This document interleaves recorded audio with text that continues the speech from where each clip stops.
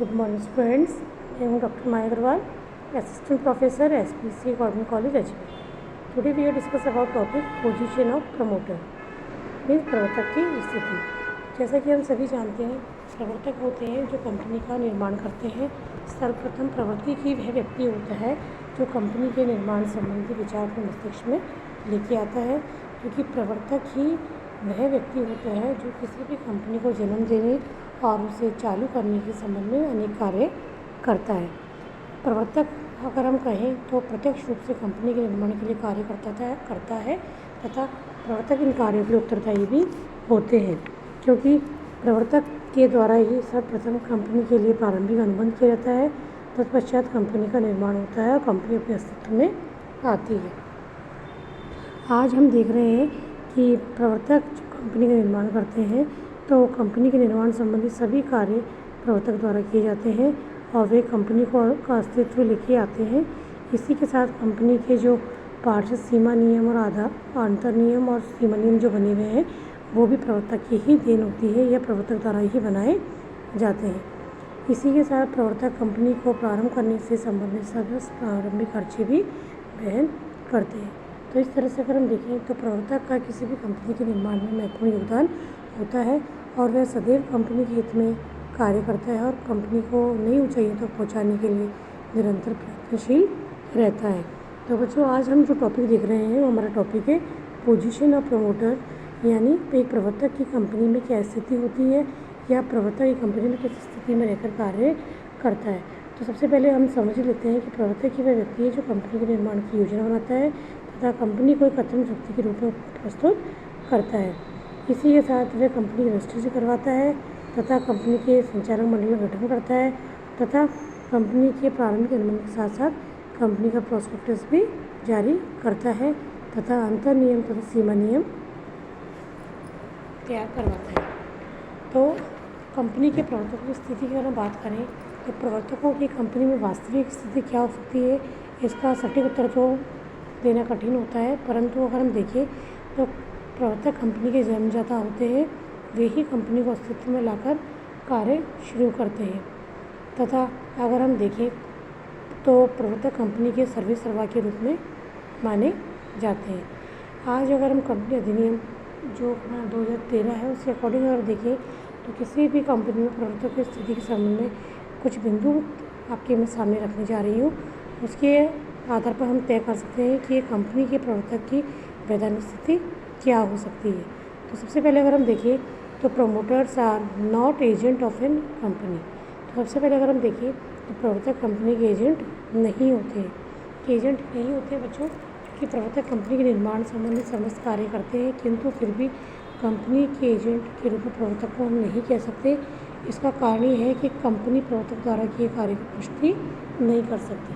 कहने का आशय ये है कि जो भी व्यक्ति एजेंट के रूप में कार्य करता है उसके नियोक्ता द्वारा उसे कार्य की पुष्टि होने के बाद ही एजेंट उसे माना जाता है। लेकिन कंपनी क्योंकि पहले ही जो कंपनी का प्रमोटर जो कंपनी निर्माण करने का विचार लाते हैं तो जो प्रवर्तक के रूप में व्यक्ति कंपनी के समस्त कार्य करता है तो वो कंपनी प्रवर्तक के कार्य की पुष्टि नहीं कर सकती। इसका कारण ये है कि कंपनी उस समय अस्तित्व में नहीं आई थी, क्योंकि जब प्रवर्तक कार्य करेगा तभी तो कंपनी का जन्म होगा बच्चों।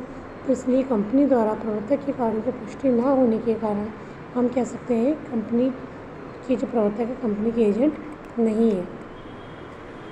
अर्थात अगर हम कहें तो कंपनी प्रवर्तक द्वारा किए गए अनुबंधों को पुष्टिकरण नहीं कर सकती, क्योंकि वह उस समय अस्तित्व में नहीं थी। कंपनी और प्रवर्तक के बीच एजेंसी का संबंध स्थापित नहीं हो सकता है, इसलिए हम कह सकते हैं promoter are not agent of the company. इस तरह हम सेकंड पॉइंट देखें, promoters are not trustee of a company. देखिए बच्चों, जिस तरह से प्रमोटर जो है एजेंट नहीं है, उसी तरह से प्रमोटर को हम किसी भी कंपनी का ट्रस्टी या पॉलिसी भी नहीं मान सकते, क्योंकि अगर हम देखें तो उसको कंपनी के साथ केवल विश्वास आश्रित संबंध माना गया है। विश्वास आश्रित संबंध स्थापित होने के कारण ही प्रवर्तकों के अनेक दायित्व उत्तरदायित्व उत्पन्न हो जाते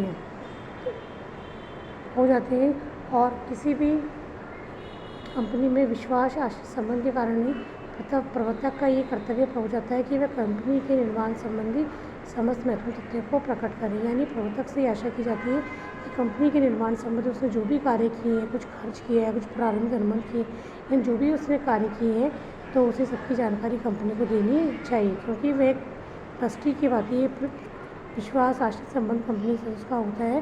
तो एज ए ट्रस्टी वह कार्य करता है।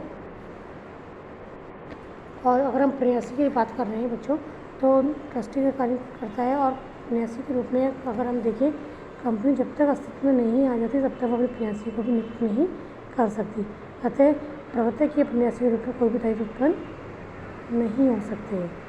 अगर हम देखें तो बच्चों, प्रवर्तक जो होते हैं कंपनी के प्रयासी नहीं होते हैं, क्योंकि और दूसरी बात महत्वपूर्ण है कि प्रवर्तक कंपनी का प्रयासी भी नहीं होता है। इसका कारण है कि जो भी एजेंट नहीं होने के संबंध में दिया गया है, यानी जब एजेंट के कार्यों की पुष्टि कंपनी द्वारा नहीं की जाती, तो इसीलिए कंपनी को प्रमोटर को एजेंट नहीं मानते। ठीक इसी प्रकार अगर हम देखें तो प्रमोटर जो ट्रस्टी के रूप में कार्य नहीं करते, उसका कारण भी यही है क्योंकि प्रयासी के रूप में जो प्रवर्तक कार्य करते हैं उस समय कंपनी अस्तित्व में नहीं होती है। तो इसलिए अगर हम स्थिति का अध्ययन करें तो हम ये स्पष्ट कह सकते हैं कि जो प्रयासी के रूप में भी कंपनी प्रवर्तक कार्य नहीं कर सकते हैं, या हम कहें प्रयासी रूप में कार्य नहीं करते हैं।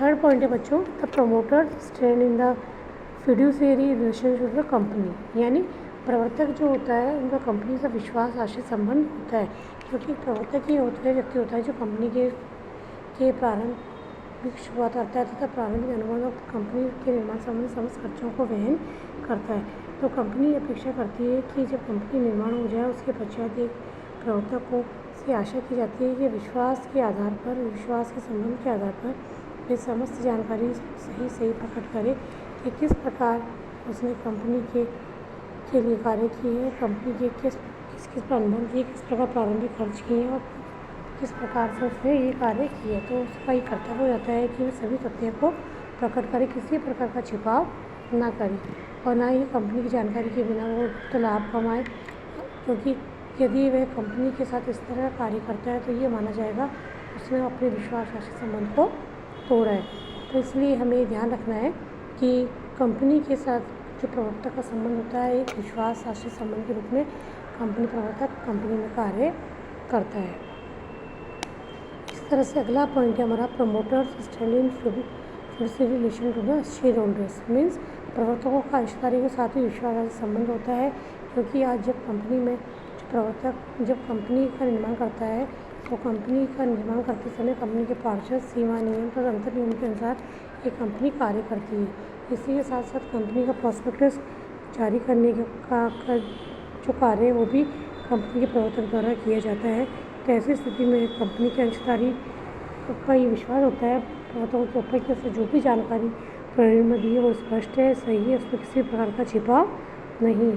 तो जो प्रवर्तक जो होता है उसका अंशधारियों के साथ भी विश्वास आश्रित संबंध पर उसका टिका हुआ होता है, उसका आधार पर वो कार्य करता है और उससे आशा की जाती है प्रमोटर से कि जो भी वह कार्य कर रहा है वह उसका किसी भी प्रकार का गलत उपयोग ना करे, जो भी जानकारी दे सत्य प्रकट करे, सभी प्रकार की जानकारी, क्योंकि एक प्रयोजनों को देखकर ये अंशधारी तय करता है कि कंपनी में किस प्रकार उससे विनियोजन कंटिन्यू करना है, कितनी पूंजी उससे लगानी, कितने अंश उससे खरीदने हैं। यदि उसको गलत जानकारी देकर भ्रमित किया जाएगा तो अंशधारी के साथ ये विश्वासघात होगा, उसके साथ धोखा होगा। तो इसीलिए अगर हम देखें तो ये प्रवर्तक जो होता है वो अंशधारी के साथ विश्वास आश्रित स्थिति में कार्य करता है। तो एक प्रवर्तक से आशा की जाती है कि वह अंशधारी और प्रवर्तक के बीच विश्वास को सदैव बनाए रखे। तो इस तरह से बच्चों ने देखा है जो प्रवर्तक होता है उससे कंपनी के निर्माण में महत्वपूर्ण भूमिका होती है। वह कंपनी के निर्माण संबंधी समस्त कार्य को करता है तथा कंपनी में रहते हुए कार्य करता है ताकि कंपनी का सतत विकास होता रहे तथा कंपनी अपनी व्यवसाय में निरंतर प्रगति करती रहे। तो इस प्रकार हमने देखा एक प्रवर्तक जो होता है किसी भी कंपनी का एजेंट नहीं है, किसी के साथ वो कंपनी का प्रयासी भी नहीं है। उसका कारण ये है क्योंकि जिस समय कंपनी का प्रवर्तन होता है उस समय कंपनी के लिए वो कार्य करता उस समय कंपनी अस्तित्व में नहीं आती है। इसी तरह से प्रमोटर जो होता है और कंपनी के बीच में विश्वास आश्रित संबंध होते हैं। तो कंपनी आशा करती है कि प्रवर्तक से कि वह कंपनी के संबंध में समस्त जानकारियाँ सही प्रकट करें, उसमें किसी प्रकार का छिपाव नहीं होना चाहिए। और इसी तरह से promoter stand in fiduciary relation to the shareholders, इसके माध्यम से शेयर होल्डर के बीच साथ प्रवर्तक का विश्वास आश्रित संबंध होता है, क्योंकि अंशधारी ये आशा करते हैं कि उसके द्वारा प्रकरण में समस्त जानकारी सही प्रकट की गई। तो इस प्रकार बच्चों, अगर हम देखें कि प्रवर्तक इन चारों स्थितियों में रहकर एक कंपनी के लिए कार्य करता है, ताकि कंपनी अपने लक्ष्य को प्राप्त कर ले और अपने क्षेत्र में निरंतर प्रगति करती रहे। और एक प्रवर्तक होने के नाते उसकी जिम्मेदारी बनती है कि वह अपनी स्थिति को सुचारू रूप से कंपनी के हित में कार्य करते रहे। तो आज के लेक्चर में बच्चों इतना ही कहना चाहूँगी। अगले लेक्चर में फिर नए विषय के टॉपिक के साथ फिर मिलेंगे। तब तक के लिए आप सभी को बहुत बहुत धन्यवाद।